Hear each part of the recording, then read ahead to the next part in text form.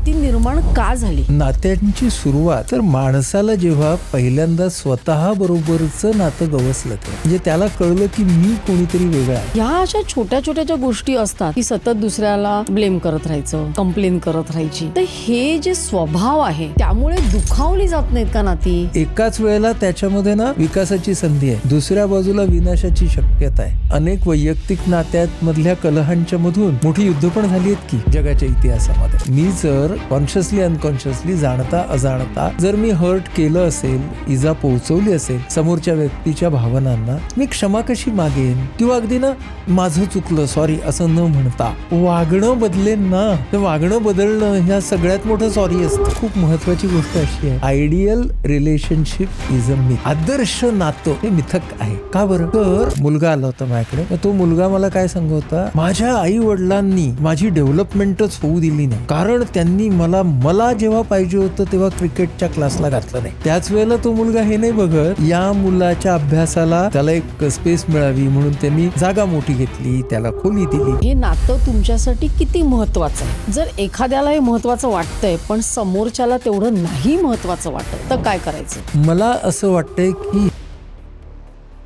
नातं टिकवणं, नातं फुलवणं आणि नातं विकासाकडे नेणं या सगळ्यांची सुरुवात ही आपल्यापासूनच करायची असते. समोरची व्यक्ती म्हणाली ना की you are a very significant, integrated, important part of my life, चालेल, ही भूमिका छान. याचा अर्थ की जोडीदाराची निवड आपण करू शकतो, पण काही नाती जन्मामुळे आलेली असतात. त्या नात्यांमध्ये बदल होणं शक्य असतं का?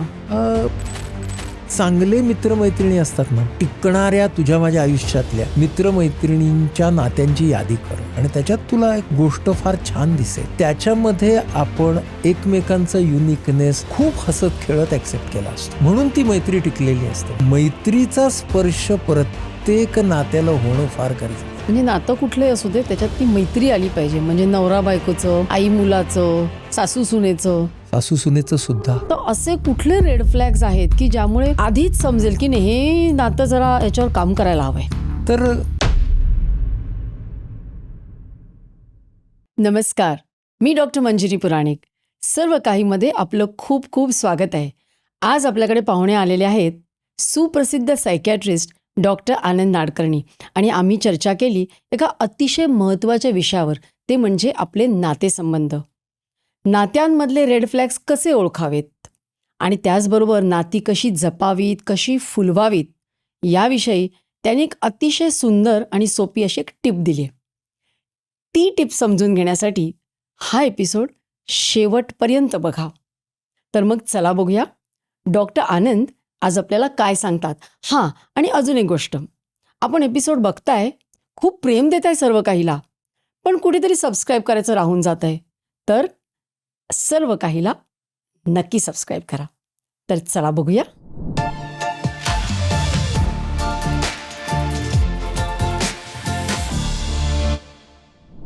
नमस्कार डॉक्टर आनंद, तुमचं सर्व काहीमध्ये खूप खूप खूप स्वागत आहे. आणि आमची टीम वाट बघत होती की डॉक्टर आनंद कधी येणार म्हणून. मनापासून आभार. सगळेजण जे आपण बघतोय ते एक म्हणजे मानसिक शांती आणि सुख ह्याच्या मागे धावतायत, सगळं जग धावतंय त्याच्या पाठी. आणि हे दोन्ही ज्या गोष्टी आहेत, म्हणजे मनाचं स्वास्थ्य म्हणा किंवा सुख म्हणा, हे कुठेतरी नात्यांशी निगडीत आहे, नाही का?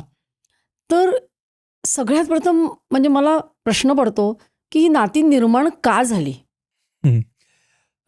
नाती जी निर्माण झाली ना, त्याच्या मागे उत्क्रांतीचा प्रवास आहे, मानव प्राण्याचा इतिहास आहे. आणि नात्यांची सुरुवात कुठून झाली? तर माणसाला जेव्हा पहिल्यांदा स्वतः बरोबरचं नातं गवसलं तेव्हा. त्याला कॉग्निटिव्ह रेव्होल्युशन असं म्हणतात. सुमारे 65,000 वर्षांपूर्वी आपला थिंकिंग ब्रेन हा चालू झाला असं म्हणता येईल. म्हणजे काय झालं की माणसाला स्वत्वाचा विचार आला पहिल्यांदा. म्हणजे त्याला कळलं की मी कोणीतरी वेगळा आहे आणि मी इतरांसारखा नाही, मीपणाची जाण आणि मीपणाचं भान आलं आणि माणसाचं स्वतःबरोबरचं नातं सुरू झालं. आता हे स्वतःबरोबरचं नातं झालं. आणि तो जो क्षण होता की जिथं स्वतःबरोबरचं नातं सुरू झालं, त्याच वेळेला काय झालं, जेव्हा मी पणाची भावना आली ना, तेव्हा तू पणाची भावना आपोआप आली. त्यामुळे मी निर्माण झाला, त्याच क्षणाला तू निर्माण झाला. मग आता मी आणि तू असे 2 पॉइंट्स निर्माण झाले. मग आता म्हणजे 2 व्यक्ती, 2 माणसं. मग आता ह्या 2 माणसांना एकत्र आणणारी पहिली प्रेरणा कुठली होती, मोटिव्हेशन? तर अर्थात सर्व्हायव्हल. म्हणजे त्यांना कळलं की आपण जितके एकत्र राहू, एकत्र काम करू, तितकं आपलं सर्व्हायव्हल, आपलं अस्तित्व ना पुढे-पुढे जाणार आहे. म्हणजे गरज होती ती. एकत्र येणं गरज होती. आणि मग एकत्र तुम्ही जेव्हा येता, तेव्हा तुम्ही मग कृती एकमेकांना पोषक करता. पण ती कृती पूरक किंवा पोषक कधी होईल, की जर तुमचे विचार आणि तुमच्या भावना जोडलेल्या असतील तरच. मग माणसाच्या लक्षात आलं, की अरे हे माणसामाणसांचं जोडलं जाणं हे महत्त्वाचं आहे. इंटरडिपेंडन्स आहे त्याच्यामध्ये आणि ती गरज आहे. आता काय झालं, की गरज आहे म्हणजे माणसाला कळलं, की एकत्र शिकार केली तर चांगली शिकार मिळते. एकत्र आपण आलो तर आपलं संरक्षण चांगलं होतं, इत्यादी, इत्यादी. हे समजलं. पण हा तर व्यवहार झाला. पण असंच जर होत राहायचं असेल, तर काहीतरी भावनिक ओलावा हवा. त्याला इंग्रजीत काय म्हणतात, इंटरकनेक्टेडनेस हवा. म्हणजे खरा नात्याचा जन्म झाला तो जेव्हा हा इंटरकनेक्टेडनेस निर्माण व्हायला लागला तेव्हापासून. मग पहिलं कनेक्शन कुठलं होतं, तर बायोलॉजिकल, जीवशास्त्रीय. कारण पुरुष आणि स्त्रीचं एकत्र येणं, त्यातून येणारी संतती, या सगळ्याच्या मधला कनेक्टेडनेस हा बायोलॉजिकल होता. आणि बायोलॉजिकल टू इमोशनल असा तो कनेक्टेडनेस वाढत गेला. पण नंतर माणसाची प्रगती झाली, विचारांची, कृतीची. आणि त्यानंतर त्याला असं दिसलं की फक्त बायोलॉजिकल या म्हणजे शारीरिक. या शारीरिक वरती, त्या कंटिन्युटीवरती सगळी नाती नाही आहेत. मग हळूहळू कौटुंबिक म्हणजे मोठं बृहत कौटुंबिक ते सगळी नाती आली. म्हणजे आपले काकी, मामी, भाच्या, मावशा, मामा हे सगळे आले. म्हणजे कुटुंब असं तयार झालं. आणि नात्यांमधला इंटरकनेक्टेडनेस असा फुलायला लागला. मग समाज आला. आणि मग ह्या दोन्ही बायोलॉजिकल घराण्यांमधला तो इंटरकनेक्टेडनेस, मग तो कसा, मग तो त्याच्यासाठी लग्न आलं. म्हणजे 2 घराण्यातल्या व्यक्तींचं लग्न झालं तर 2 घराणी जोडली जातील. हा जो जोडलं जाणं नावाचा प्रकार आहे ना, तो भावनिक आहे. म्हणजे हळूहळू काय झालं, की नाती ही जीवशास्त्रीय असू देत, समाजशास्त्रीय असू देत, त्यामध्ये भावनांचा ओलावा असणं ही एक अटच तयार झाली. बरोबर. आणि मग ह्या नात्यांचा संसार हा वाढायला लागला जगामध्ये. त्यामुळे समाज निर्माण झाला आणि वेगवेगळे समाज निर्माण झाले, त्यांच्यामध्ये नाती निर्माण व्हायला लागली. अशा प्रकारे नाती ही फुलत गेली म्हणजे गरजेतून. पण नंतर माणसाला काय कळलं, की अरे नात्यांच्या मध्ये ना दोन्ही माणसांच्या डेव्हलपमेंटची, विकासाची संधी आहे.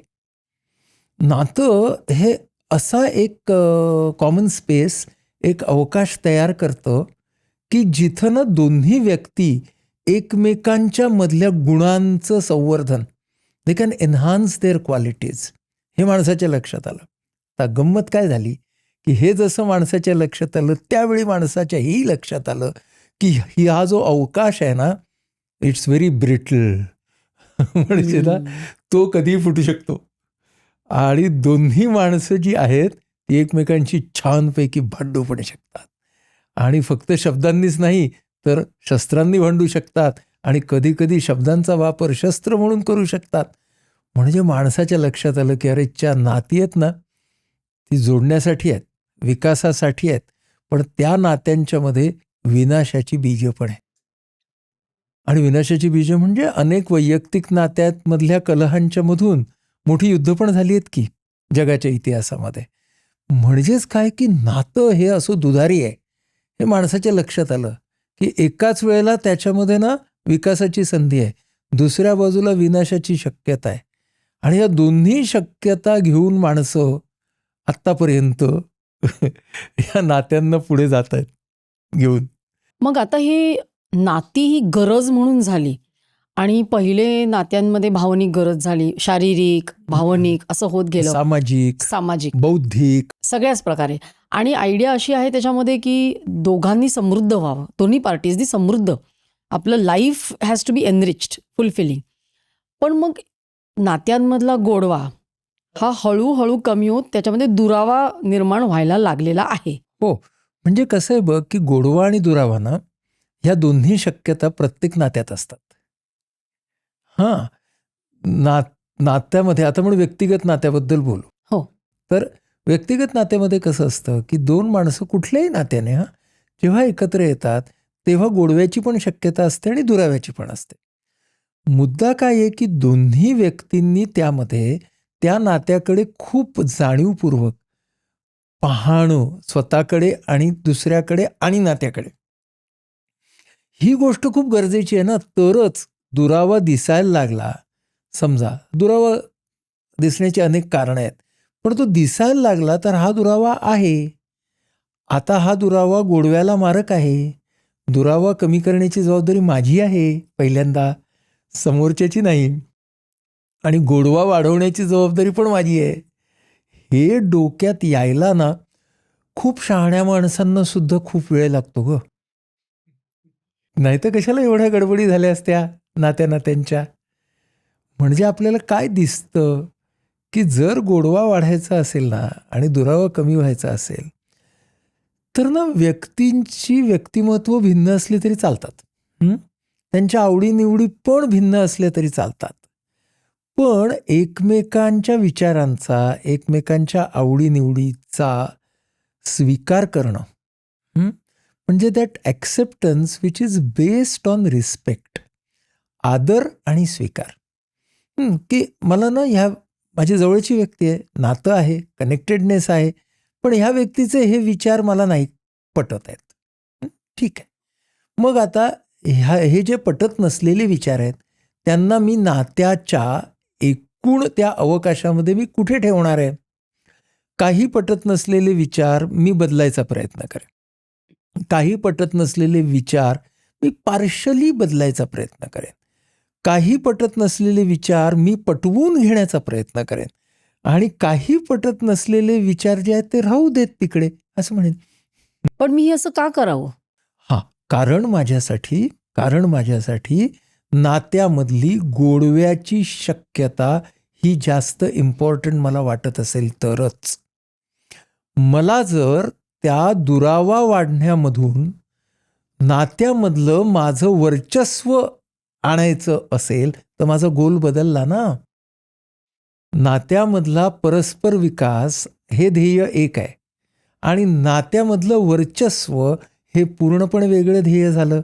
वर्चस्व आलं की सत्ता नावाची गोष्ट आली जी प्रत्येक नात्यामध्ये येणार. कारण माणसं होत आपण, त्यामुळे माणसं असल्यामुळे जी आदिम प्रेरणा आहे सत्तेची ती काय सगळ्यांची अशी एकदम सबलिमेट वगैरे होणार नाही. पण डोक्यात काय घेतलं पाहिजे की हो, ही पण प्रेरणा माझ्यामध्ये आहे. तर मग मी तिला डील कशी करणार आहे त्या सत्तेला? म्हणजे आपण नाकारत नाही आहोत की या आदिम प्रेरणा आहेत, सत्ता, वर्चस्व आहेत ना ह्या गोष्टी, पण ह्या स्वीकारण्यामध्ये जास्त शहाणपण आहे. कारण स्वीकारल्याशिवाय कोणता बदल कधी करायचा हे आपल्याला कसं कळणार? म्हणून ना एक खूप महत्त्वाची गोष्ट अशी आहे की ideal relationship is a myth. हे आपण अगदी डोक्यात धरूया. आदर्श नातं हे मिथक आहे. का बरं? तर आदर्श याचा अर्थच काय झाला की ते तसंच राहणार आहे. माणसं बदलतात, काळ बदलतो, तर मग कोणतंही नातं हे कसं थिजलेलं, गोठलेलं राहील? त्यांनी पण इव्हॉल्व्ह व्हायला लागेल. That's right. आणि इव्हॉल्व्ह होणारी कोणतीही गोष्ट आदर्श नाही असू शकत. ती इव्हॉल्विंग असणार ना. त्याच्यामध्ये नवीन चांगलं वाईट, भलं बुरं, दुरावा गोडवा ह्याचा नवीन नवीन बॅलन्स येत जाणार. म्हणून आपल्याला नात्याला इफेक्टिव्ह करणं खूप महत्त्वाचं आहे. पण आपण नातं इफेक्टिव्ह करण्याची जबाबदारी नेहमी नात्यामधल्या दुसऱ्या व्यक्तीवरती खूप सोडतो. आणि आपण म्हणतो की त्यानं किंवा तिनं किंवा त्यांनी असे असे बदल करावेत, म्हणजे मग नातं एकदम छान होईल. तर त्यावेळेला आपण असा विचार नाही करत की हे मी करायला पाहिजे का, तिकडेही थोडासा वर्चस्वाची प्रवृत्ती येतेच. म्हणजे मी याला स्त्री किंवा पुरुष असं नाही म्हणत आहे, आपण जनरल नात्यांबद्दल बोलतोय. पण मग कुठल्याही नात्यामध्ये म्हणजे असा एक स्वभाव विशेष, म्हणजे आपण म्हणतो स्वभावाला औषध नाही असं आपण म्हणतो. मग काही लोकांना सवय असते की सतत दुसऱ्याचे दोष दाखवायचे, चुका काढायच्या, अगदी छोट्या छोट्या चुका. म्हणजे आपण म्हणतो दुसऱ्याच्या डोळ्यातलं कुसळ दिसतं पण स्वतःच्या डोळ्यातलं मुसळ दिसत नाही. तर ह्या अशा छोट्या छोट्या ज्या गोष्टी असतात की सतत दुसऱ्याला ब्लेम करत राहायचं किंवा सतत कंप्लेन करत राहायची, तर हे जे स्वभाव आहे त्यामुळे दुखावली जात नाहीत का नाती? हो, नक्की जातात ग. हे जे काही स्वभावातले भाग असतात की नाही, की त्याच्यामध्ये अनेक वेळेला त्या व्यक्तीला कळतही असतं की आपल्या वागण्यामुळे खरं म्हणजे नातं विस्कळीत होत आहे. पण तरीही तो स्वभाव वर डोकं काढतो. स्वभाव म्हणजे काय, की तो एक कंडिशन्ड रिॲक्शन आहे ती, की असं झाल्यावरती असं असं करायचं. म्हणजे किती आया असतील किंवा वडील असतील की जे मुलांवरती मी आता अजिबात ओरडणार नाही असं रोज रात्री ठरवत असतील, पण दुसऱ्या दिवशी त्यांना ते शक्य होत नसेल. त्याचं कारण की आपला आलेला जो एक कंडिशन रिस्पॉन्स आहे, म्हणून तो त्याचा अवेअरनेस आपल्याला नसतो. नात्यामध्ये आपल्या विचारांचा, आपल्या संभाषणाचा, आपल्या कृतीचा, भावनांचा हा एक आपल्या स्वतःला अवेअरनेस असणं हे खूप महत्त्वाचं आहे. हा अवेअरनेस कधी हरवतो, जर मी कोणत्याही नात्याला गृहीत धरायला लागतो तेव्हा. हक्कच मानतो मी माझा, ही माझी बायको आहे, ही मला समजून घेणारच, हा माझा मुलगा आहे, ह्याने मला समजून घेतलंच पाहिजे. किंवा मी जवळच्या लोकांवर ओरडणार नाही, तो कोणावर ओरडणार? दॅट्स राईट, बरोबर. म्हणजे माझा आवाज किती वरचा लागतो ह्याची प्रॅक्टिस कोणासमोर करणार मी? तर अर्थात जवळच्या माणसांच्या सोबतच करणार. हा जो हक्क आहे मगाशी म्हणालो आपण तो हक्क, तर तो हक्क जेव्हा येतो, आपण गृहीत धरतो, त्यावेळेला आपला अवेअरनेस कमी होत असतो. आणि कमी होणार बरं का. पुन्हा आपण माणसं होत इव्हॉल्व्ह होणारी माणसं होत मग ज्या वेळेला आपला अवेअरनेस कमी झाला होता, आपण काय नको ते बोलून गेलो, समजा जवळचा माणूस त्याच्यामुळे सॉलिड हर्ट झालाय, तर मला आता हे समजलं पाहिजे की नातं महत्त्वाचं आहे. मग मी जर कॉन्शियसली अनकॉन्शियसली, जाणता अजाणता जर मी हर्ट केलं असेल, इजा पोहोचवली असेल समोरच्या व्यक्तीच्या भावनांना, तर how can I make amends? मी क्षमा कशी मागेन? किंवा अगदी माझं चुकलं, सॉरी असं न म्हणता सुद्धा वागणं बदलेन तर वागणं बदलणं ह्या सगळ्यात मोठं सॉरी असतं. आपण 10 वेळा सॉरी म्हणतो, पण वागणं थोडी बदलतो. म्हणजे हे मला करता आलं पाहिजे. त्यासाठी मला हे स्वतःला सांगता आलं पाहिजे की हे नातं माझ्यासाठी खूप महत्त्वाचं आहे. नात्यांचे कलह घेऊन वेगवेगळी नाती जेव्हा आमच्या सारख्या मानसिक आरोग्याच्या क्षेत्रात काम करणाऱ्या लोकांकडे येतात, तेव्हा बऱ्याच वेळेला मी पती-पत्नी असतील, मुलगा वडील असतील, त्यांना हा प्रश्न विचारतो की हे नातं तुम्हाला तुमच्या आयुष्यात किती महत्त्वाचं वाटतंय? भले तुम्ही भांडतात, पण हे महत्त्वाचं वाटतंय का? हे माझं वाटतंय का? या नात्यामध्ये आपलेपणा आहे का? ह्याचा विचार करा. आणि कारण हे महत्त्व तुम्हाला कळणं ही गोष्ट खूप महत्त्वाची आहे की ते महत्त्वच तुम्हाला कळलं नाही तर तुम्ही पुढे कसे नेणार? मग तुम्ही काय करणार? जे घडलं नाही त्याबद्दलच बोलत राहणार. म्हणजे ह्यांनी माझ्याशी हे केलं नाही. आता एक मुलगा आला होता माझ्याकडे, तर तो मुलगा मला काय सांगत होता आज की OPDमध्ये, माझ्या आईवडिलांनी माझी डेव्हलपमेंटच होऊ दिली नाही, कारण त्यांनी मला जेव्हा पाहिजे होतं तेव्हा क्रिकेटच्या क्लासला घातलं नाही. बरोबर. आणि आता बघा बरं, आता त्याचे आई वडील म्हणतायत की तू अमुक कर ढमुक कर. तुम्ही त्यावेळी माझ्या विकासाला खीळ घातलीत. आता मी नाही करणार जा. हां, तर तो ब्लेमवरती गेला. त्याच वेळेला तो मुलगा हे नाही बघत की या मुलाच्या अभ्यासाला त्याला एक स्पेस मिळावी म्हणून त्यांनी खूप आर्थिक हे करून तणाव वातून जाऊन जागा मोठी घेतली, त्याला खोली दिली. मग मग त्यात काय? त्यांचं कर्तव्यच होतं ते. म्हणजे हा जो भाग तयार होतो की नाही, इथे काय होतं, माणसं नात्यांमध्ये स्वतःच्या संकुचित स्वार्थासाठी, भावनिक स्वार्थ असेल किंवा व्यावहारिक स्वार्थ असेल, त्या नात्याला मॅनिप्युलेट करायला लागतात. आणि तो माणसामधला वाईट भाग आहे, की जो आमच्यासारख्या लोकांच्या पुढे खूप येतो. या OPDमध्ये जेव्हा लोक येतात अशा तऱ्हेचा भाग घेऊन, आणि लोकांना पुन्हा ते मॅनिप्युलेशन जस्टिफाय करतात लोक. आत्ता जसं मी उदाहरण दिलं हो हो हो हो. की एक तर मॅनिप्युलेट करतोय आणि ते जस्टिफाय करतोय. म्हणजे त्याच्यामध्ये मीच बळी, म्हणजे नात्यामध्ये ना 2 भूमिका असतात. एक म्हणतो मीच बळी म्हणजे व्हिक्टिम, आणि दुसरा असतो मीच कानपिळी. म्हणजे मी ऑप्रेसर तरी असणार किंवा मी सफरर तरी असणार. तर नात्यांचा अवकाश हा या सगळ्यासाठी नाही आहे. हे आपल्याला कळतं पण वळत नाही. कारण वर्चस्व, सत्ता ह्यासारख्या ज्या गोष्टी आहेत ना, त्या माणसांच्या मध्ये, समाजामध्ये, देशांमध्ये, नाहीतर एवढी युद्ध कशाला झाली असती. देशादेशांमधली नातीसुद्धा इतकी कलुषित का झाली असती. तर मुळामध्ये तो रिस्पेक्ट, आदर आणि स्वीकार, या दोन्ही गोष्टी महत्त्वाच्या आहेत. नाती आपल्याला जर वाढवायची असतील ना, तर कॉमन काय आहे ते बघायला पाहिजे ना, समान काय आहे ते बघायला पाहिजे. म्हणून एखादा पती एक्स्ट्रोव्हर्ट आहे, एखादी पत्नी इंट्रोव्हर्ट आहे, त्यांचं छान चालतं. का? कारण त्या दोघांनी एकमेकांना त्या त्या पद्धतीने स्वीकारलेलं असतं, म्हणून चालतं ना. म्हणजे हा स्वीकार नात्यामध्ये किती महत्त्वाचा आहे.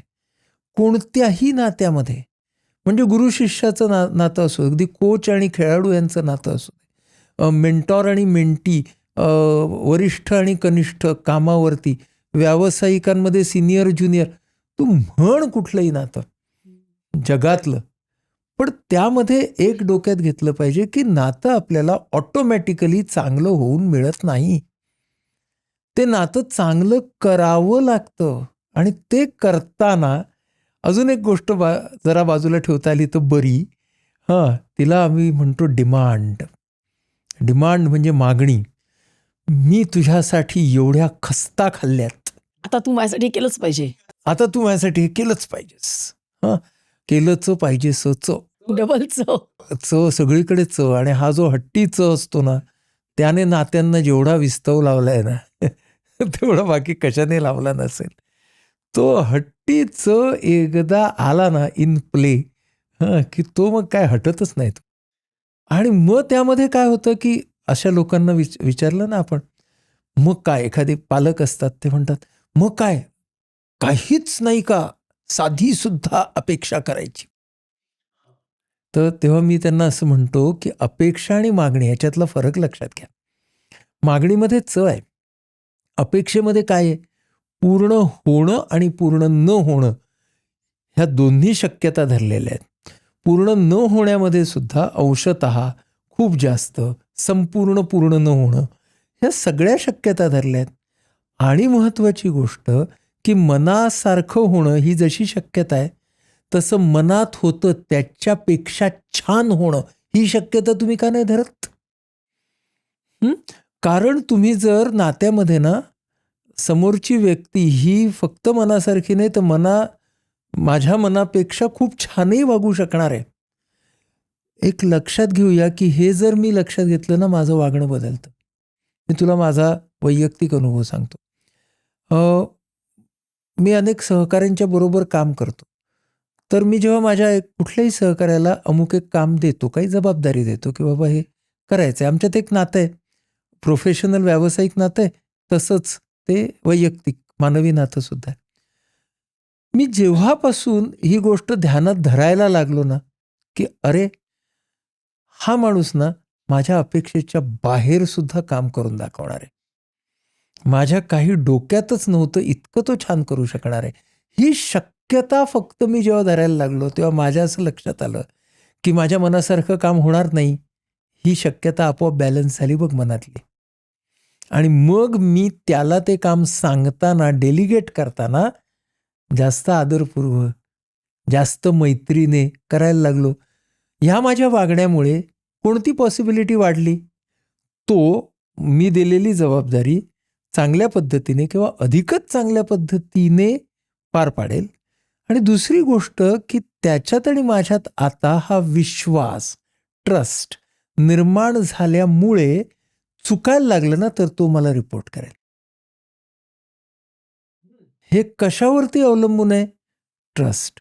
आता ट्रस्ट ह्याचा अर्थ काय? ट्रस्ट ह्याचा अर्थ की माझ्या या नात्यामध्ये असलेल्या स्ट्रेंथ्स कोणत्या आहेत, हां, आणि चॅलेंजेस कोणती आहेत, हे मला कळून आता मी म्हणतोय त्या व्यक्तीकडे की अरे माणूस म्हणून माझा तुझ्यावरती खूप विश्वास आहे, पण तुझ्यामधल्या ना ह्या गुणधर्मांना जरा गडबड आहे बरं का, तिकडे आपण काम करूया.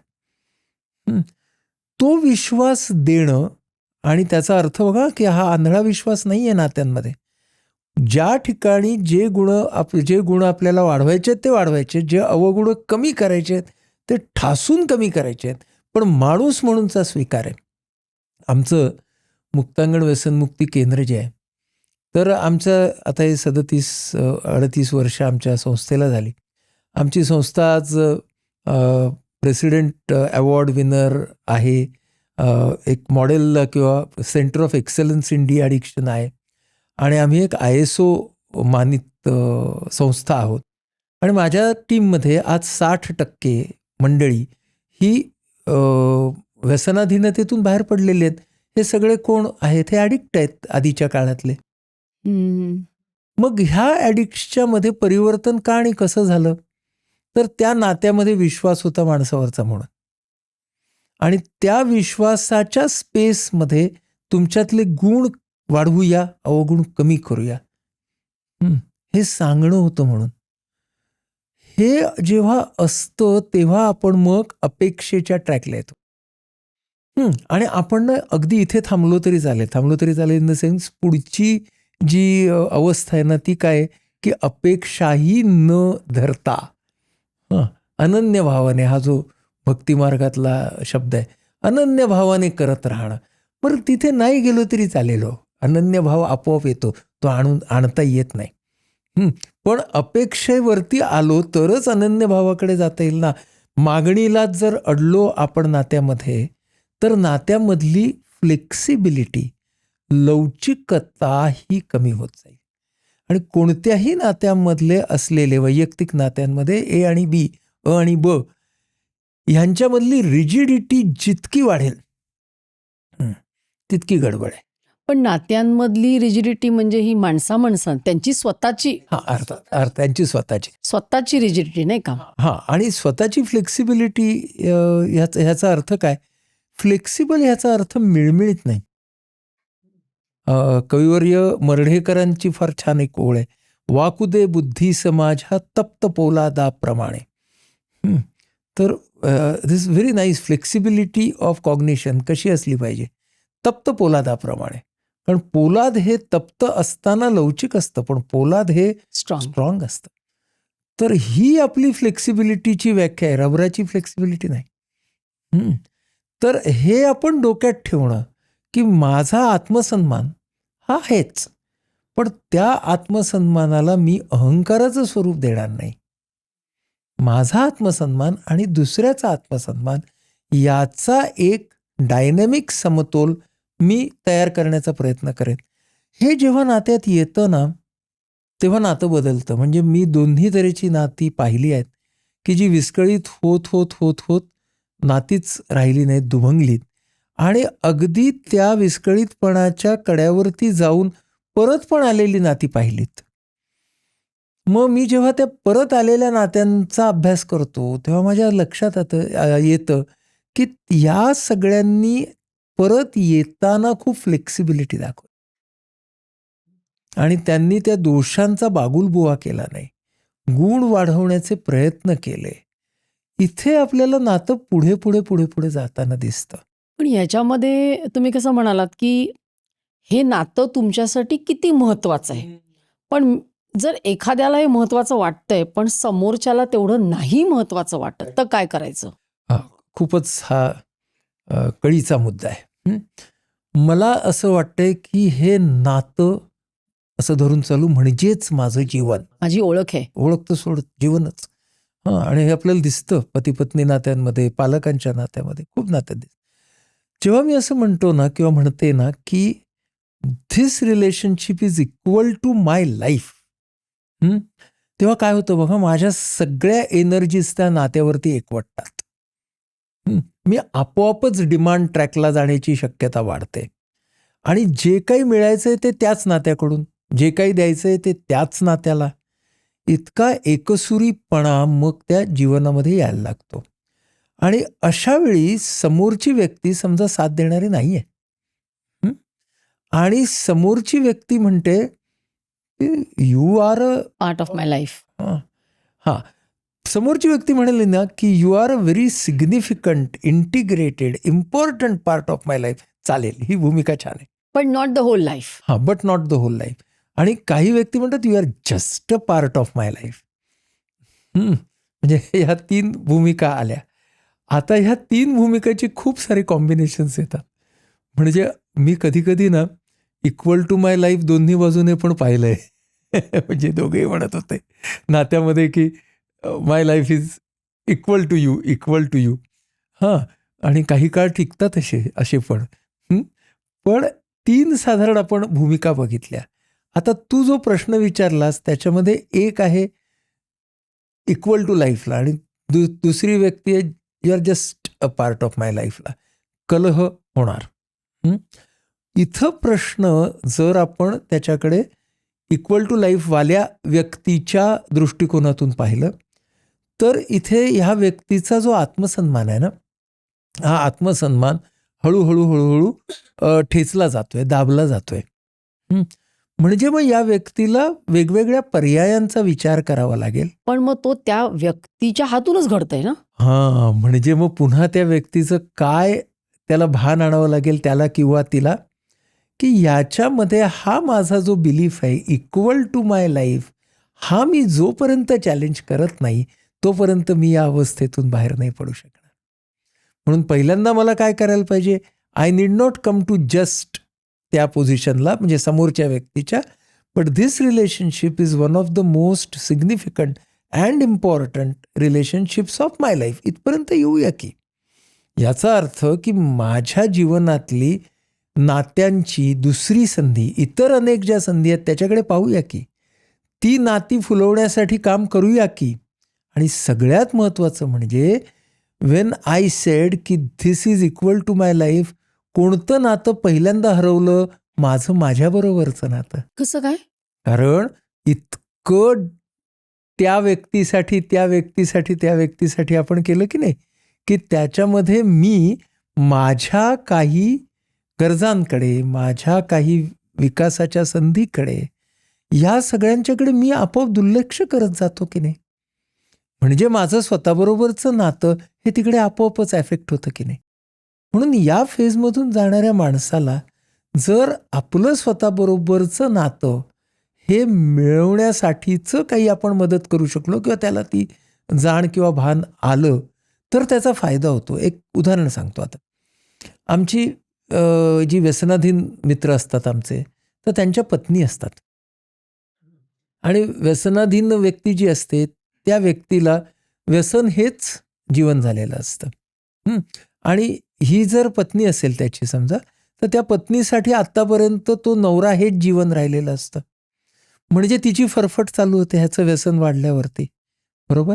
मग आपल्याकडे आमच्या मुक्तांगणमध्ये सहचरी नावाचे आधार गट आहेत ह्या पत्नींचे. तर हे आधार गट त्यांना काय सांगतात की इक्वल टू लाईफवरून इम्पॉर्टंट पार्ट ऑफ माय लाईफपर्यंत स्वतःला आणा.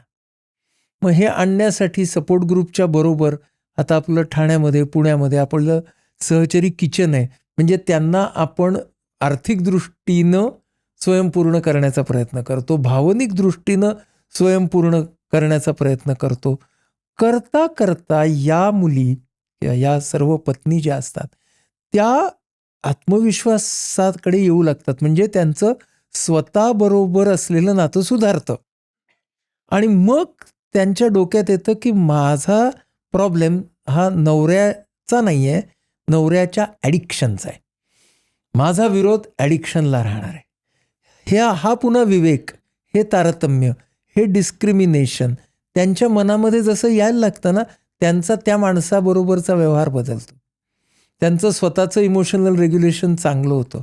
आणि कधीकधी आम्ही असं बघतो की वर्ष दीड वर्षांनंतर हा जो नवरा आहे ना तो उपचारासाठी येतो. कारण आता त्याच्यावरती तो परिणाम हळूहळू व्हायला सुरुवात झाली असते. म्हणजे आपण फोकस हा दुसऱ्या व्यक्तीवर न ठेवता तो स्वतःवर आणायला हवा. नातं टिकवणं, नातं फुलवणं आणि नातं विकासाकडे नेणं या सगळ्यांची सुरुवात ही आपल्यापासूनच करायची असते. आणि शेवट पण. काय होतं बघ, आपल्यापासून सुरुवात केली ना आणि समोरचा माणूस त्याच्यामध्ये येऊन मिळाला आपल्याला, पहिल्यांदा तो कदाचित 100% नसेल त्याची इन्व्हॉल्वमेंट. आपण असं म्हणू की समोरची व्यक्ती कंपल्शन खाली आता वागते, असं पण म्हणू आपण. आणि मग त्यावेळेला ते जे मिळणं जुळणं असेल ना ते फक्त वर्तनाच्या पातळीवरती असेल. म्हणजे it will be a compromise, ती तडजोड असेल. म्हणजे एक पती पत्नी त्यांच्या नात्याच्या तणावातून जात होते आणि तो पती बाहेरूनच जेवण आणायचा. म्हणजे तो तिच्या हातचा खायचाच नाही. मग आता त्यांनी ठरवलं की आपल्या नात्यावरती आपल्याला काम करायचं. मग करता करता आता त्याने घरी जेवायला सुरुवात केली. ओके, आता हे वर्तनाच्या पातळीवरती झालं. आपल्याला काउन्सिलरनी सांगितलंय की आता परत शेअरिंग चालू करायचं आहे, तर आपण येऊया, फक्त वर्तनाच्या पातळीवर. मग 15 दिवस 1 महिना गेल्यानंतर ना त्या पत्नीनं काहीतरी छान केलं होतं चवीचं, तर ते खाल्ल्यावरती त्याने एकदम वा केलं आणि मग त्याच्या लक्षात आलं की आपण वा केलंय. म्हणजे फॉर द फर्स्ट टाइम काय झालं, भावना नावाची गोष्ट आली ना त्याच्यात. मग ती भावना हळूहळू येते आणि नंतर विचार बदलतात. विचार बदलायला अजून वेळ घेतात. सो हे जेव्हा आपल्या लक्षात येतं ना की अरे नात्यांच्या मध्ये आपल्याला जर बदल घडवून आणायचा असेल तर ठीक आहे, कधी कधी वर्तनापासून सुरुवात करू. वर्तनानंतर भावना येईल, भावनांनंतर विचार बदलतील आणि मग तो ॲक्सेप्टन्स येईल की अरे ह्या नात्यामध्ये असं असं सुद्धा आहे. हा जो प्रवास आहे ना सगळा, हा प्रवास करण्यासाठी एकतर आपल्या मनामध्ये तू म्हणालीस तसं की हे नातं इम्पॉर्टंट आहे, हे लागतं. दुसरं म्हणजे ना मला असा फटकन एखाद्या चित्रपटामध्ये किंवा सिरियलमध्ये माणसं अशी भयंकर शत्रुत्व आणि नंतर त्यांचं जोरदार हृदय परिवर्तन झालं, तर असं सहसा नाही होत. हे डोक्यात घ्यावं लागतं की अरे हा प्रोसेस आहे. याच्यामध्ये काही प्रसंग असे घडू शकतात की ज्यामुळं चांगल्या बदलाला एक पाठिंबा मिळेल किंवा त्याला जोर मिळेल. पण वाईटही प्रसंग घडू शकतात ज्यामुळे आत्तापर्यंत तुम्ही केलेली मेहनत असेल, मेहनतच नात्यावरची, ती पुन्हा पाठी पण जाईल. म्हणजे ह्या सगळ्या गोष्टींच्यासाठी तयारी ठेवूनच आपल्याला नातं वाढवण्याच्या, फुलवण्याच्या, टिकवण्याच्या या सगळ्या प्रवासामध्ये जायला लागतं. आणि मला काय दिसलं आहे ऑब्झर्वेशन म्हणून की मला असं दिसलंय की ज्या नात्यांची ना सगळ्याची मूल्य ही जुळतात, ती नाती जास्त फुलतात. मी कसं जगणार आहे, जगताना ना माझा आनंद मी कशा कशात शोधणार आहे, माझी जीवनशैली ही कशी असणार आहे, ह्या सगळ्यांच्यामध्ये ना जितकी हार्मनी असते आणि जे काही विरोध एकमेकांच्या पेक्षा वेगळं आहे त्याचा जितका ॲक्सेप्टन्स असतो. म्हणजे माझे एक अगदी जवळचे दादा वहिनी आहेत, म्हणजे या रक्ताच्या नात्याचे नाहीत पण खूप छान नात्याचे.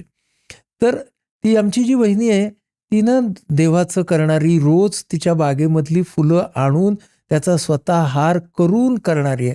आणि आमचा दादा जो आहे तो तो अगदी बुद्धिवादी आहे आणि तो असा मूर्तीमधला ईश्वर, धर्म वगैरे असा तो फार न मानणार आहे. उत्तम संसार करतायत ना दोघही जण. तर म्हणायला गेलं तर अरे किती वेगळं आहे. पण मूल्य काय आहे तिकडे? स्वीकाराचं मूल्य. ते स्वीकाराचं मूल्य जेव्हा जीवनामध्ये असतं तेव्हा ना त्या व्यक्तीला त्याची स्पेस, तिची स्पेस द्यायची. माझी स्पेस इकडे आहे, ही माझी बौद्धिक भूमिका आहे. आणि म्हणून तो जो दादा आहे तो त्या वहिनीच्या भावनांची कधी थट्टा करत नाही. हम्म. आणि ती जी वहिनी आहे ती त्या दादाचे बौद्धिक विचार तसेच छान ऐकून घेते. हा जो नात्यांमधला तारतम्याचा भाग आहे, हा विवेकाचा भाग आहे. आदर आहे म्हणजे. हा आदर आहे. That's right. तर तसं जर असेल ना तर मग तुमचं नातं अगदी छान वाहत राहतं. पण कधी कधी ना म्हणजे आता जोडीदाराची निवड आपण करू शकतो की आमची मूल्य एकमेकांशी कशी संबंधित आहेत. पण काही नाती ही जन्मामुळे आलेली असतात. हो. त्या त्या नात्यांमध्ये बदल होणं शक्य असतं का? हो, म्हणजे आता काय आहे, असं काही हो किंवा नाही असं ठाम उत्तर देता येत नाही. पण सांगतो तुला काय, की आता समजा पालक आणि मुलं, तर एक जीवशास्त्रीय नातं आहे तेव्हा ते घेऊ आपण. तर आता जरी ते मूल पालकांच्या पासून निर्माण झालं असलं बायोलॉजिकली, जीवशास्त्रीय पद्धतीने, तरी ते येताना स्वतःचा एक युनिकनेस घेऊन आलेलं असतं. म्हणजेच काय, की तो युनिकनेस तर भावाभावांमध्ये किंवा बहिणी बहिणींमध्येही वेगळा वेगळा असतो की नाही, सख्यांमध्ये सुद्धा. तर तो युनिकनेस हा पालक काय पद्धतीने चॅनलाइज करतात नाही, खूप महत्वाचं आहे. म्हणजे थोडक्यामध्ये की तो युनिकनेस आहे ना, तो समजा असा दिसतोय की ह्याला जाम चिडचिडा स्वभाव आहे या मुलाचा. छोटं बाळ आहे, म्हणजे छोटे नसेल, 4-5 वर्षाचा मुलगा किंवा मुलगी आहे, भयंकर चिडचिड आहे. मग आता चिडचिड म्हणजे एनर्जी आहे. आता ही आक्रमक स्वरूपाची ऊर्जा आपण चॅनलाइज कशी करणार? मग ती खेळातून केली, कलेतून केली, तर तीच आक्रमकता ही खूप छान पद्धतीने येऊ शकते की नाही, एक्सप्रेस होऊ शकते की नाही. म्हणजे हा विचार जर पालकांनी त्यावेळी केला ना, की हा युनिकनेस आहे या मुलाचा, अरे आमच्यापैकी कुणीच चिडणारं नाहीत, हा कसा चिडणारा आहे, तो त्याचा युनिकनेस आहे. हां, आम्ही भयंकर शांत होतो, हा कसा चळवळ्या. तर अरे त्याचा युनिकनेस आहे तो. हा लक्षात घेऊन आपल्याला त्याच्यावरती काहीतरी पालक म्हणून स्ट्रॅटेजी करायला पाहिजे. पण आता तिकडे कसं होतं बघा, माझ्या मुलात मी जर माझं एक्सटेन्शन पाहत असेल ना, तर मग ती मागणी, डिमांड ट्रॅकवरती मी जायला लागतो. त्यामुळं हे डोक्यात घेणं खूप महत्त्वाचं आहे, की युनिकनेस हा प्रत्येक व्यक्तीमध्ये असणार. भावाभावांच्या नात्यामध्ये, भावा बहिणींच्या नात्यामध्ये फार काय, आपण बघ ना, चांगले मित्रमैत्रिणी असतात ना, टिकणाऱ्या तुझ्या माझ्या आयुष्यातल्या मित्रमैत्रिणींच्या नात्यांची यादी कर आणि त्याच्यात तुला एक गोष्ट फार छान दिसेल, की त्याच्यामध्ये आपण एकमेकांचा युनिकनेस खूप हसत खेळत ॲक्सेप्ट केला असतो. म्हणून ती मैत्री टिकलेली असते, माहिती आहे. तर हा युनिकनेस ॲक्सेप्ट करणं ह्याचा अर्थ फ्रेंडशिप आहे. आणि मैत्रीमध्ये दुसरं काय आहे छान, की मैत्रीमध्ये अशी एक स्पेस आहे की ज्याच्यामध्ये ना there is no give and take, there is just togetherness. म्हणून मैत्रीचा स्पर्श प्रत्येक नात्याला होणं फार गरजेचं आहे. जिथं मैत्री नाही तिकडे नातं नाही. म्हणजे नातं कुठलंही असू दे, त्याच्यात ती मैत्री आली पाहिजे. म्हणजे नवरा बायकोचं, आई मुलाचं, सासू सुनेचं, हो, सासू सुनेचं सुद्धा त्याच्यात मैत्री असायला पाहिजे. त्याच्यात मैत्री असायला पाहिजे. म्हणजे मैत्री आली की मग तुम्ही जज नाही करत दुसऱ्याला. एक अगदी करेक्ट. म्हणजे बुद्धांनी सुद्धा ना, मैत्री करुणा मुदिता उपेक्षा, पहिली मैत्री आहे. त्यामुळे त्या मैत्रीमध्ये जजमेंटलनेस कमी होतो. अगदी तुझं म्हणणं बरोबर आहे. जजमेंटलनेस मधनं आपले अर्धे अधिक कलह निर्माण झालेले असतात आणि त्या मैत्रीच्या मध्ये ना देवाणघेवाण थांबते. आपण बरोबर आहोत एकमेकांच्या and we are enjoying that togetherness. फक्त togetherness. There is no give and take. That is actually a very pure interconnectedness. आपण दोघेजण जोडलेलो आहोत. हा एक एहसास, हा जो एहसास आहे ना तो खूप महत्त्वाचा आहे. म्हणून ते गाणं आहे ना, प्यारो को प्यार ही रहने दो कोई ना मन दो. त्याला दुसरं कुठलं नाव देऊ नका. त्या प्रेमाला प्रेमच राहू दे. ही जी मैत्री आहे ना ती सगळ्या नात्यांचा पाया आहे. आणि आपण हा पाया रुंद करण्याचे, खोल करण्याचे प्रयत्न जाणीवपूर्वक करायला हवेत. त्यामध्ये आपल्या संस्कृतीचं भविष्य आहे. लक्षात घेऊया, मैत्रीवरती आधारित नाती ही जितकी वाढतील तितकी आपली संस्कृती, आपली सभ्यता ही जास्त जास्त स्टेबल होत जाणार आहे. जिथं मैत्री नाही तिथे जजमेंट आलं, जजमेंट आलं की सत्ता आली, सत्ता आली की कलह आला. त्यामुळे ह्या सगळ्याचा पाया हा जोडणं आहे. त्या जोडण्याची भावना ही मैत्रीची आहे. आणि आपोआपच तुझ्या लक्षात येईल की मैत्रीच्या भावनेमध्ये देवाणघेवाण नसण्याचे क्षण असतात, ते क्षण निखळ अशा स्वीकाराचे असतात. पण मग एखादं जे नातं असतं, कुठलंही नातं असेल, तर ते जर आपण तपासलं तर असे कुठले काही रेड फ्लॅग्स असतात का, की ज्यामुळे, कारण हल्ली आपण म्हणतो ना टॉक्सिक रिलेशनशिप, हल्ली फार जरा फॅशन आहे टॉक्सिक. तर असे कुठले रेड फ्लॅग्स आहेत की ज्यामुळे आधीच समजेल की नाही हे नातं जरा याच्यावर काम करायला हवंय? हो, आधी नाही समजणार, मिड स्ट्रीम समजेल. म्हणजे त्याच्यामध्ये पडल्यावरती वाहताना समजेल.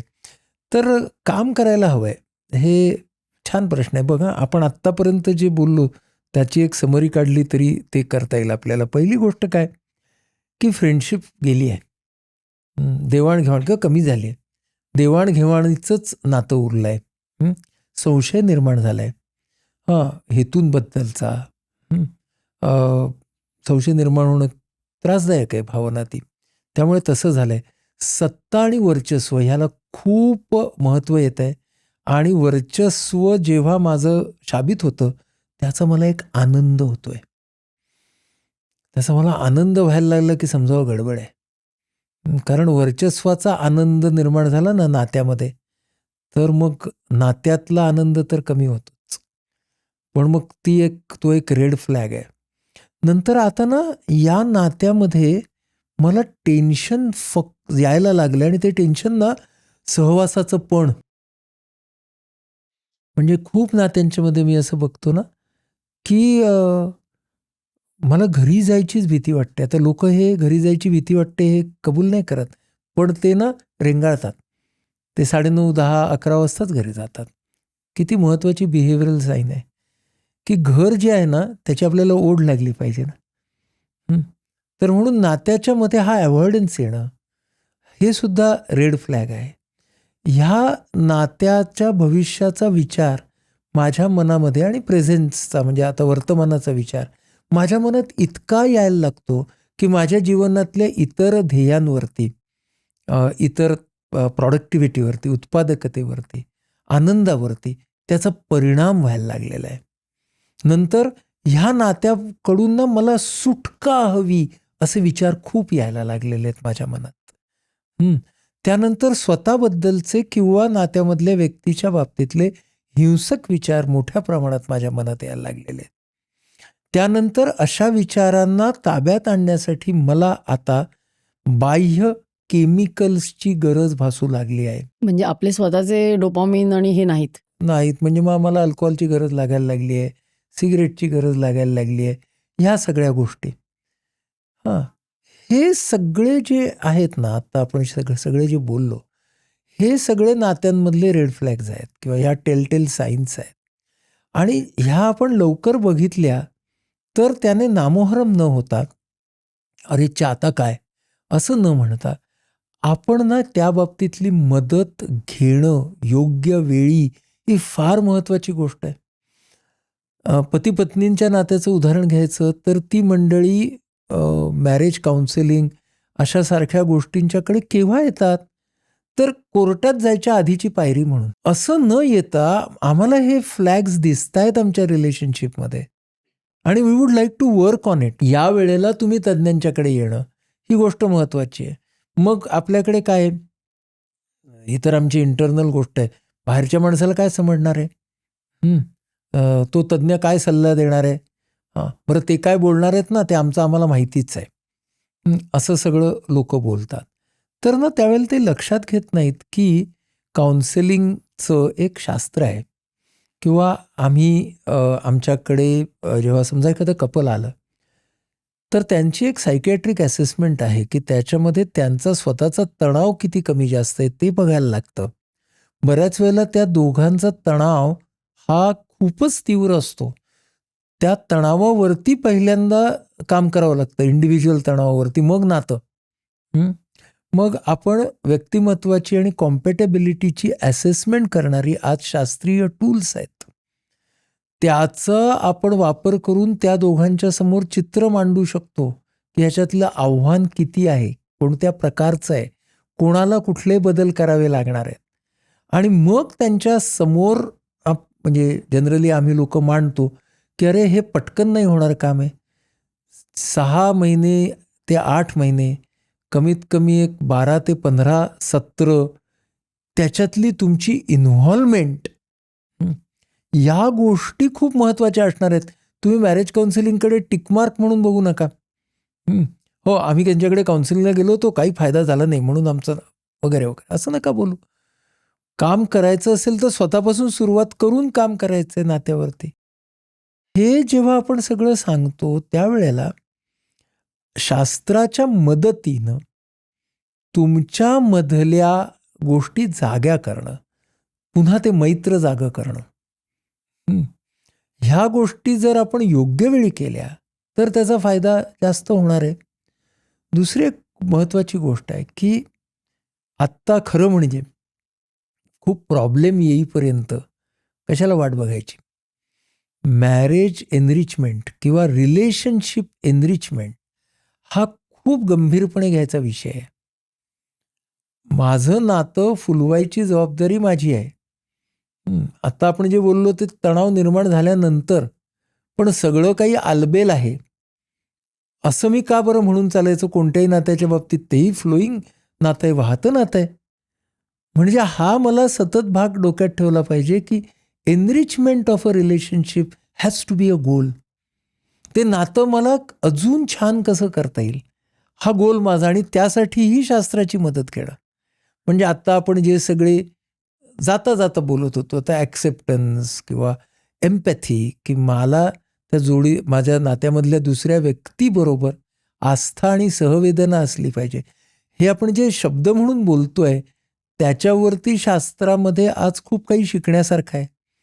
आणि त्या तऱ्हेचं शिकणं हे मी जर शिकलो व्यक्ती म्हणून तर त्याचा मला व्यक्तिगत, सामाजिक, व्यावसायिक या सगळ्या क्षेत्रांमध्ये फायदा होणार आहे. म्हणून रिलेशनशिप एनरिचमेंट ह्याकडे सुद्धा एक वेगळा विषय म्हणून बघणं, एक प्रशिक्षणाचा एरिया म्हणून त्याच्याकडे बघणं, ही गोष्ट खूप महत्त्वाची आहे. कारण शेवटी नाती आहेत म्हणून आपण आहोत आणि आपल्याला सर्व पातळ्यांवरती ही नाती मिळालीच आहेत, मिळणारच आहेत. त्यांना आपल्याला वाढवायचं आहे, कारण त्याच्यामध्ये आपलं सगळ्यांचं आणि संस्कृतीचं सुद्धा भविष्य दडलेलं आहे.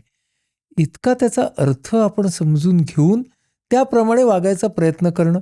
आपल्या व्हल्नरेबिलिटीज, आपले स्वभावदोष हे सगळ्यांमध्ये असणार आहे, कोणीच परिपूर्ण नाही. पण आपण अधिक चांगले माणूस बनण्याच्या कडे जर जायचं असेल तर तिथे सुद्धा नात्याचा अवकाश हाच आपल्याला विकासाकडे घेऊन जाणार आहे. त्यामुळे आपण आता हे माणसांच्या नात्याबद्दल बोललो, पण नाती खूप स्वरूपाची आहेत. माणसाचं स्वतःबरोबरचं, इतरांबरोबरचं, समाजाबरोबरचं, निसर्गाबरोबरचं, पर्यावरणाबरोबरचं, सगळ्या साधन संपत्तीबरोबरचं, ज्ञानाबरोबरचं, धर्माबरोबरचं कितीतरी नाती आहेत. त्या सगळ्या नात्यांचा पैस, सगळा ते क्षितिज हे काही आपल्याला एका तासामध्ये तर नाही बोलता येणार, पण आपण महत्त्वाच्या नात्यापासून सुरुवात केली, स्वतःचं नातं आणि इतरांबरोबरचं नातं, तेही जरी आपण केलं ना, तरी त्याला आपण आपल्या विकासाचा एक भाग समजूया. रिलेशनशिप एनरिचमेंट हा माझ्या डेव्हलपमेंट प्लॅनचा एक भाग समजूया. मी माझ्या डेव्हलपमेंट प्लॅनमध्ये ना इकॉनॉमिक प्लॅन करतो, हां बरोबर, नंतर काय इन्शुरन्स कसं ते बघतो, इन्व्हेस्टमेंट्स बघतो, हां कुठे सुट्टीला जायचं आहे त्या सगळ्याचा विचार करतो, हां सगळं करतो. मग तसाच विचार सगळ्या नात्यांचा नको का करायला? खरंय. आणि म्हणजे नाती एवढी महत्त्वाची आहेत. आणि आपलं जे म्हणजे आपण सुरुवात केली की माझं मनाला माझ्या कशी शांती पाहिजे, मला कसं सुख मिळालं पाहिजे, मग शेवटी ते नात्यांवरच येऊन थांबतं नाही का? पण मग एक शेवटचाच प्रश्न विचारते की थोडंसं जर मानसिक आरोग्य बिघडलेलं असेल, म्हणजे अगदी काय फार मोठं स्किझोफ्रेनिया किंवा असं काही व्हायची जरूर नाही आहे, पण थोडं चिडचिडेपणा आहे, राग आहे किंवा छोट्या मोठ्या गोष्टी असतील, तर त्यामुळे नात्यांवर परिणाम होतो. पण त्याचबरोबर नाती बिघडली असले तरी पण आपलं मन दुःखी होतं नाही का? हो, म्हणजे हे जे आहे ना, ते आधी कोंबडं का आधी अंड असं आहे. हां, त्यामुळे दोघांचाही एकमेकांवरती परिणाम होतो आणि ही गोष्ट तर बरोबरच आहे. महत्त्वाचं काय आहे ना, की हे होतंय हे मला जाणवणं. आज बघ सुदैवाने ना, जेव्हा काही नात्यांच्यामध्ये थोडे थोडे तणाव निर्माण झाले आहेत असं असेल, तरी आज पूर्वीपेक्षा ना आपल्याकडे रेफरन्स मटेरियल, संदर्भ साहित्य आज पूर्वीपेक्षा खूप जास्त आहे. आज आपण ते दृकश्राव्य स्वरूपामध्ये, ऑडिओ व्हिज्युअल स्वरूपामध्ये आपण ते पाहू, ऐकू शकतोय. खरं म्हणजे ही संधी आहे योग्य वापर करण्याची या सगळ्या संवाद साधनांचा. आणि नाती छान करण्यासाठीचा जर वापर केला आपण या सर्व मीडियाचा, तर किती चांगलं होईल.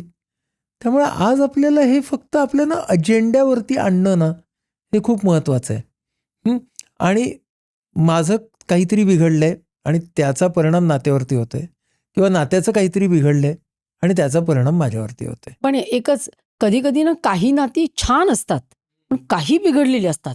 कारण कसं असतं, त्या स्पेसमधल्या दोन व्यक्तींचे जे बिलीफ्स किंवा त्यांची नात्याकडे पाहण्याची जी दृष्टी आहे ती वेगळी असते ना.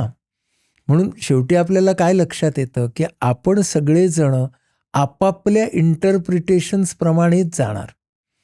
आपले इंटरप्रिटेशन्समध्ये दुसऱ्याचं इंटरप्रिटेशन सामील करण्याचा मोकळेपणा आपण दाखवणार का नाही, हा प्रश्न आहे. म्हणजे नात्यांचे कलह जेव्हा निर्माण होतात, तर त्यावेळेला समजा पती पत्नी आले, का कधी मुलगा आई किंवा वडील मुलगी कसे आले ना, त्याच्यातले काही जण उत्तम स्टोरी टेलर्स असतात. म्हणजे एकाची स्टोरी ऐकताना आपल्याला वाटतं, हो रे बाबा, किती ना फारच गरीब बिचार आहे बरं का. दुसरी व्यक्ती येते आणि ती तिची स्टोरी सांगते, आपलं आयला कसला तो माणूस आहे, काय सांगत होता, खरं म्हणजे हीच व्यक्ती खूप सफरिंग आहे बरं का. दोघेही जण उत्तम स्टोरी टेलर असतात. म्हणजे when people start talking about what happened ना, they are actually telling you their story of what happened, their version of the story. Their version of what happened. म्हणजे काय, जेव्हा लोक म्हणतात ना जसं घडलं तसं सांगतो, तर त्यावेळेला समजायचं की ह्याने जे पाहिलंय त्या घडल्याचं ते तो सांगणार आहे. हा मनुष्य स्वभाव आहे बरं का. It is okay. हे असं असणार आहे. मुद्दा काय आहे की हे माझं व्हर्जन असणार. माझं व्हर्जन हे एकमेव व्हर्जन नसून वन ऑफ द व्हर्जन्स आहे. आणि मी दुसऱ्याच्या व्हर्जनमध्ये स्वतःला सामील करण्याचा सुद्धा प्रयत्न करून बघणार आहे. कदाचित त्याच्यामधून जे व्हर्जन निघेल ते माझ्यासाठी आणि समोरच्या व्यक्तीसाठी जास्त लाभदायक ठरू शकतं. इतका मनाचा मोकळेपणा, इतका जरी मोकळेपणा मी आणण्याचा प्रयत्न केला ना, तरीसुद्धा अनेक नात्यांचं भविष्य हे बदलू शकतं. खूप छान. आता एक शेवटचं ना, आपल्या प्रेक्षकांना काही थोड्याशा टिप्स द्या ना, की काही 1-2 गोष्टी अशा केल्या ना, की तुमच्या नात्यामधले बदल आपोआप जाणवायला लागेल, किंवा तुम्ही स्वतःमध्ये काय बदल करायला पाहिजे? एक मजेदार पण युजफुल अशी टिप देतो. आणि ती नाती जोडण्यासाठी खूप महत्वाची, टिकवण्यासाठी सुद्धा. 24 तासामध्ये किमान एकदा एक व्यक्ती घ्या जी तुमच्या अगदी जवळची आहे, आणि एक व्यक्ती घ्या जी संपूर्ण अनोळखी आहे. आणि या दोन्ही व्यक्तींच्या अगदी साध्या प्रॅक्टिकल त्यांच्या काही गरजा आहेत, त्या तुम्हाला दिसत आहेत की इथे या व्यक्तीची ही गरज पूर्ण केली, इथे या व्यक्तीला मदत केली तर छान होणार आहे. त्या व्यक्तीने ती गरज सांगायच्या आधी ती पूर्ण करा. आता उदाहरण, की समजा नवरा आणि बायको दोघेही कामाला आहेत आणि नेहमी बायको आधी येते आणि नवरा नंतर येतो. तर आज नवरा लवकर आलाय, तर त्यानं ती आल्यावरती लगेच वॉशिंग मशीन लावणार आहे, मग कुकर ठेवणार आहे. तर आज हे मी करतो, तिने न सांगता. अर्थात नंतर मग तू कुकर कसा लावलास ही टीका ऐकायची तयारी ठेवावी लागेल, पण पण पण तरी सुद्धा पाणीच ठेवलं नाही. पाणीच ठेवलं नाही म्हणून ट्रेनिंग घ्यावं आधी. मुद्दा काय की ह्याच्यातलं अँटिसिपेशन खूप महत्वाचं आहे, न सांगता. म्हणजेच काय, मला स्वतःला त्या व्यक्तीच्या जागी ठेवलं, एम्पथी आली, मी त्या व्यक्तीसाठी काहीतरी केलं, आणि मग लगेच लक्ष नाही ठेवायचं की आता ती काय म्हणणार आहे, असं काय ॲप्रिशिएट करते की नाही, कसं करते आहे, हे जरा बाजूला ठेवा थोडंसं. काय मोठं आहे का, काहीच नाही. आता हे जेव्हा आपण नोन जवळच्या व्यक्तीसाठी करतो, का, कारण त्यांना आपण सगळ्यात जास्त गृहीत धरतो म्हणून, तर त्या नात्यासाठी ते छान आहे. आणि अनोळखी माणसासाठी का करा, कारण अनोळखी माणसाची गरज लक्षात घेऊन ती पूर्ण करण्यासाठी तुम्ही जेव्हा काही कराल तेव्हा तुम्ही त्या माणसासाठी संपूर्ण माणुसकी असाल. म्हणून जगातलं सगळ्यात महत्वाचं नातं आहे माणुसकीचं नातं, आणि ते माणुसकीचं नातं आपण आपल्या छोट्या छोट्या वागण्यातून जगू शकतो. एवढं जरी आपण लक्षात ठेवलं तर 2 गोष्टी आहेत की नाही. खूप छान. हे मला टीप अतिशय आवडली आणि आता मी ती करणार आहे आणि सगळ्यांना सांगणार आहे. कारण मला सगळ्यात आवडलं की शेवटी जपायचं माणुसकीचं नातं, आणि ते कुठल्याही नात्यात. येस. खूप छान. तर डॉक्टर आनंद, तुम्ही इकडे आलात त्याबद्दल खूप खूप धन्यवाद. आणि नात्यांचे निरनिराळे जे पदर उलगडून दाखवले त्यामुळे खूप छान वाटलं, नवीन बरंच काही कळलं. आणि नात्यांमध्ये प्रेम निर्माण करता येतं ॲक्टिवली, कॉन्शियसली, हे फार मोठं आहे नाही का. हो. तर त्याबद्दल खूप खूप धन्यवाद. Thank you so much. खूप वाट बघितली होती सर्व काहीमध्ये येण्याची, Yes. आणि आज एकदम असं सार्थक झाल्यासारखं वाटतंय. वा. Thank you so much. आणि सर्व काहीला खूप खूप शुभेच्छा. थँक्यू. तर प्रेक्षक हो, एकदम असा भारी, प्रोफाऊंड, छान अशी आमची चर्चा झाली, आणि डॉक्टर आनंदनी इतकं सुंदर सगळं समजावून सांगितलं. ज्यांना ज्यांना असं वाटतंय की माझ्या नात्यांमध्ये अजून गोडवा हवा आहे, कुठेतरी नात्यांमध्ये काहीतरी बिनसलं आहे, असं ज्यांना ज्यांना वाटतंय ना, त्यांनी हा एपिसोड आपल्या सगळ्या लोकांना पाठवा. आणि खरं म्हणजे प्रत्येकालाच याची जरूर आहे. प्रत्येकाला कुठेतरी असं वाटतंय की माझे ह्याच्याबरोबरचे संबंध चांगले व्हायला हवेत. जास्तीत जास्त लोकांपर्यंत शेअर करा, लाईक करा आणि सबस्क्राईब करायला अजिबात विसरू नका. तर पुन्हा भेटूया पुढच्या एपिसोडमध्ये सर्व काहीमध्ये.